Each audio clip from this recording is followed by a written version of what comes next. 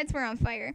There was an intense pain in one of her legs. As she blinked again, she saw Pinkie pop something red into her mouth and begin to chew.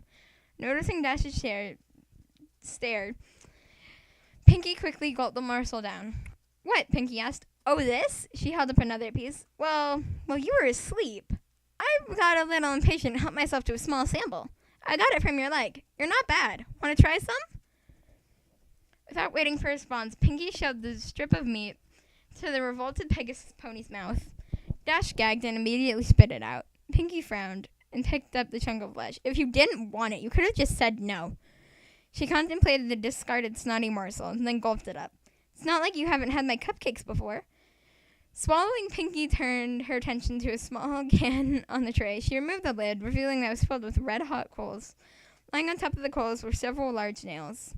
As the adrenaline filled her veins, Dash began to panic again. Picking up the can, Pinkie walked over to Dash's left. Holding some tongs in her mouth, Pinkie carefully picked a nail and positioned it at the seam between the victim's front left leg and hoof. She grabbed the hammer and took careful aim. No, Pinkie, Dash screamed. No! The hammer came down and the nail punctured Dash's skin. The white hot burning was too much. Dash screamed as she pulled and thrashed at laces, causing her raw skin to rub and tear. Pinkie tried letting up another nail, but she couldn't find her aim. She let out a frustrated grunt. When Pinkie brought the hammer back and took a wild string, Dash burst out crying and begging, Please stop! Please stop! Pinkie rolled her eyes, putting down the hammer and tongs. She walked in front of her friend and stared pensively at the broken Pegasus. Gilda didn't even cry this much when she had a live Paris Sprite stuffed down her throat. Pinkie thought for a minute about what to do next, then had a sudden spark of inspiration. Rotating a wheel on the rack, Pinkie laid Dash on her back, then moved Dash's hind legs, bringing the can with her. Picking up her toaster, Pinkie drove a searing hot spike of metal directly into the bottom of Dash's hoof. As Dash yelled in pain, Pinkie moved around and drove a second nail into the other hoof. Next, Pinkie went back to her cart and located an enormous battery and controller, which she dragged to where she was working. She tied copper wires between the terminals and the nails driven into Dash's hoof. She then gave Dash a wink and flipped the switch. Electricity rocketed through Dash's body. The blue pony reacted immediately. Her body seized up, her muscles snapped taut. Dash's hips thrust skyward. Her eyes rolled back, and then she let out a deep, throat-shredding cry. Pinkie giggled as she danced in place and reached down and turned up the juice. Dash convulsed uncontrollably, and her bladder emptied once more. After about 5 minutes, Pinkie shut off the power. A wisp of steam rose from the singed fur around Dash's hooves. The area reeked of cooked flesh and burnt enamel. Pinkie rotated Dash upright again and tried to snap the drooling, delirious pony back to attention. Dash! Rainbow Dash, wake up! Dash moaned as she managed to give out a mediocre of weak acknowledgement. Pinkie studied her handiwork, then reached up into the medicine bag and produced the largest syringe. All right, time for the last round. Dash focused blearily on the needle, which Pinkie took as a question as to what it is. This is a little something to take the pain away, Pinkie informed Dash as she walked around her victim's room and back. Dash flinched as Pinkie jabbed the needle into the lower part of the blue pony's spine. Moving in front of her friend again, Pinkie leaned down and elaborated. In a few minutes, you won't be able to feel anything below your ribcage. Then you'll be able to stay awake for the harvest. Dash started to cry again. Pinkie, she choked out. I want to go home. Dash sobbed. Yeah, I can see you wanting to do that, replied the party pony. Sometimes I just want to give up. Say I'm done with this mess and go to bed. But you know what? You can't shrug off your responsibilities. You gotta pull yourself up and meet the challenges head on. That's the only way you're going to get ahead in life. Dash hung her head and cried. Minutes passed as the drug took effect. Eventually, Dash was completely numb from her chest to her flanks. At this point, Pinkie approached with a scalpel, glancing at Dash and smiling. Pinkie made a horizontal cut across the Pegasus pony's pelvis, just above her crotch. Moving up Dash's body, Pinkie made a similar incision under her ribs. Finally, Pinkie made a long vertical cut down Dash's stomach, connecting the first two. Looks like I got my eye on you, Dash, Pinkie giggled. With a moist, gooey sound, the flaps of skin opened. The sight of her own organs and lack of feeling caused Dash's breathing to intensify.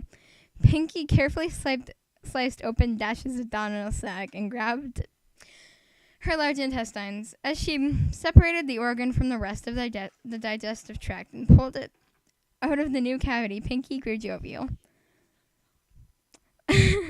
Laughing as she gutted her friend, Pinky began to make jokes. Dash, growing weaker from the new source of blood loss, tried desperately to shut the macabre comedy act. Look at me, I'm Rarity, Pinky laughed, slinging the intestinal tube around her neck and slaying blood in all directions. Isn't my new scarf so pretty? Reaching back inside, she sliced the smaller intestine off from the bowel, squeezing out the excrement. Pinky filed the slimy organ through her teeth and dragged it back and forth. Dentist has got to say you got to flush every day, Dash. Dash was barely aware of what was going on anymore. The shock was causing her to fade. Disappointed, Pinky dived back into the blue pony's guts, ramping up her routine. Don't go yet, Dash. Pinky started to pull out the rest of Dash's organs, pausing with each removal. I know I can be a real pancreas. Oh, God. I know I can be a real pancreas, but you know I'm just kidding with you. You really got to learn to liver it up. Boy, these jokes are getting flatter. I guess you gotta develop a stomach for 'em. Pinky placed the discarded body parts into a bucket, keeping the last one a bit longer. Ooh, bagpipe, she said, placing the end of Dash's esophagus in her mouth and the stomach in her armpit. She squeezed and the spurt of acid hit her tongue. Oh, hey, look, there's your cupcake, Dash. Dash didn't hear her tormented. She had slipped away from consciousness minutes ago. Pinky, not yet satisfied, hit Dash with another adrenaline shot. Dash woke up for the last time, her heart pounding. Warm blood flowed out of the wound in her chest in great spurts. It wouldn't be long now. Pinky brought Dash around onto her back again, straddled the blue pony's chest, scalpel at the ready. You know, Dash, I'm disappointed. I thought you would have lasted longer. I really wanted to spend more time with you before we got here. But I guess it's my fault. I should have taken it a little slower. Oh, well, it was really nice knowing you, Dash. The blade sunk into the blue throat and worked its way up Dash's chin. Coming back down, the scalpel then sliced Dash's neck. The last thing Rainbow Dash felt was her skin being cut away from her skull, in the middle of the blade scraping her teeth. Then she was gone. Pinky stared into the mirror. She had done a really good job, even keeping the eyelids. She winked, and Rainbow Dash winked back. Pinky smiled. But still, she was sad that her friend was now gone. Dash had only lasted 50 minutes, not nearly as long as Pinky had wanted. She looked up at the cadaver hanging in the center of the room. The last of her friends flew training into a pan. Yep, no more Rainbow Dash. As she looked, Pinky cocked her head, and then she began to notice the fact that there really wasn't much damage to the corpse. In fact, the pink pony mused, I think an idea exploded in her head. She was good at sewing, and she had all the pieces. All she had to do now was put them back together. Yeah, she'd just get some stuffing and bingo. She'd have Rainbow Dash forever. In fact, Pinky, that's what she'd do with all her best friends when their numbers came up. She was so excited. She skipped right over to the body and to get with her Skinner to get started. The cupcakes could wait.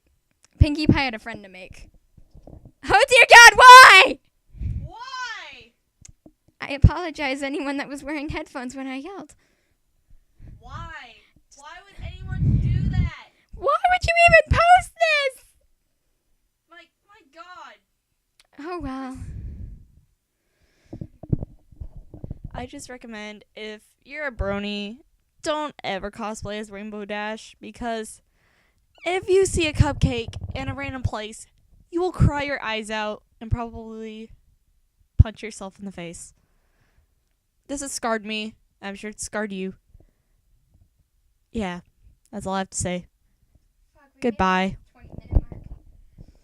That was Burl saying goodbye. Just remember, if you ever see me dressed up as Pinkie Pie for Halloween, run like a motherfucker.